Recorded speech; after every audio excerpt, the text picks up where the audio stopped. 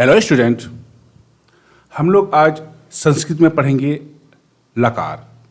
लकार का अर्थ होता है काल, और इसके प्रकार भी देखेंगे, इसके कितने भेद होते हैं, और उसे हम उदाहरण के साथ देखेंगे ताकि जितना भी प्रॉब्लम हो आप अच्छी तरह से समझ जाएं कि लकार किसे कहते हैं, इसके कितने प्रकार के होते हैं और इसके उदाहरण क्या हैं।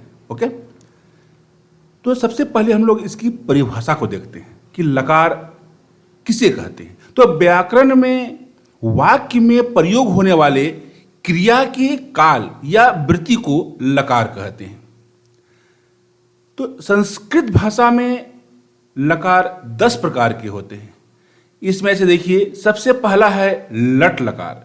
इसे हिंदी में वर्तमान काल कहते हैं और इंग्लिश में प्रेजेंट टेंस कहते हैं। तो लट लकार का प्रयोग वर्तमान काल के अर्थ को प्रदर्शित करने के लिए किया जाता है। जैसे वह पढ़ता है, तो यह वर्तमान काल को दिखा रहा है। वह पढ़ रहा है मतलब वर्तमान परिस्थिति में वह पढ़ रहा है। वह पढ़ता है, सह पठती। तो यह सह पठती हुआ कैसे, सह क्या होता है, तो इसका धातु रूप होता है इसमें, और इसको हम लोग स पठती, तो पढ़ता, ते पठंती, तुम पठसी, युवाम पठत, युवाम पठत, अहम पठामी, अवाम पठावा, वयम पठामा, ये कैसे चलता है, ये सब इसका धातु रूप हम लोग आगे पढ़ेंगे। पहले हम लोग देख रहे हैं लकार के प्रकार। दूसरा है आपका लंग लकार। लंग लकार को हिंदी में हम लोग भूतकाल कहते हैं और इंग्लिश में पास्ट टेंस कहते हैं। यदि कोई कार्य भूतकाल मतलब बीते हुए समय में हो तो वहां लंग लकार का प्रयोग होता है। जैसे उसने पढ़ा, मतलब ये भूतकाल में यह समय बीत गया है, उसने पढ़ा। इसका संस्कृत होगा सह और पठत।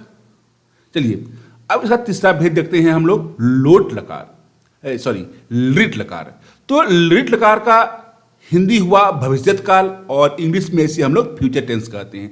तो लिट लकार का प्रयोग भविष्यत काल का बोध कराता है, मतलब भविष्य की बातों की चर्चा करती है। जैसे वह पढ़ेगा, ये भविष्य की बात है, अभी नहीं पढ़ रहा है, वह पढ़ेगा, सह पठिष्यति।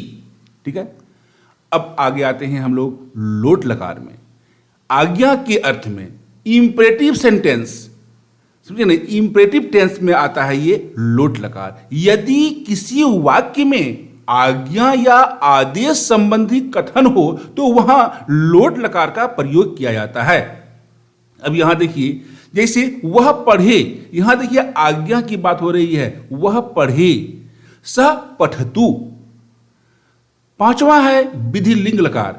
चाहिए के अर्थ में होता है, यह पोटेंशियल मूड है।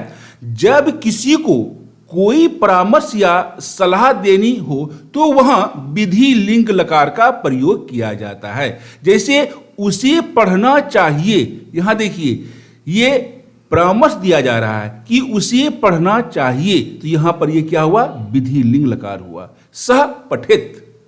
अब 6 में हम लोग देखते हैं लुंग लकार।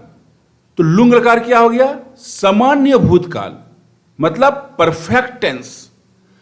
सामान्य भूतकाल को बताने के लिए इस लकार का प्रयोग होता है। वह काल जो कभी भी बीत चुका हो, जैसे उसने पढ़ा, तो भविष्य में उसने कभी पढ़ लिया, उसने पढ़ा, सह और पाठित। अगला है लिट लकार, परोक्ष भूतकाल, पास्ट परफेक्ट टेंस।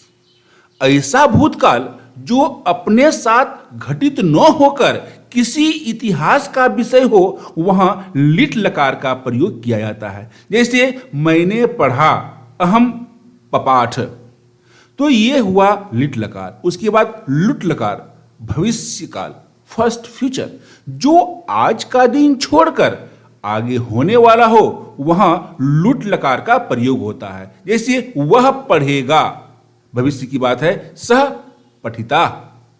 चलिए अब हम लोग देखते हैं 9 आशीर्लिंग लकार। तो आशीर्वाद हेतु बेडिक्टिव मोड, जहां किसी को आशीर्वाद देना हो वहां आशीर्लिंग लकार का प्रयोग होता है। जैसे वह पढ़े, सह पाठ्यात्। उसके बाद आता है रिंग लकार। तो रिंग लकार का क्या हुआ, हेतु हेतु मध्य भविष्यत काल, कंडीशनल मूड, ऐसा होगा तो ऐसा होगा, इस प्रकार के अर्थ देने वाले वाक्य को ऋण लकार कहा जाता है। जो यहां जैसे है उसने पढ़ा होता, सह और पठिष्यत, उसने पढ़ा होता, तो ये हुए लकार के 10 भेद। इसको आप लोग ढंग से समझिए और पढ़िए। Okay, thank you.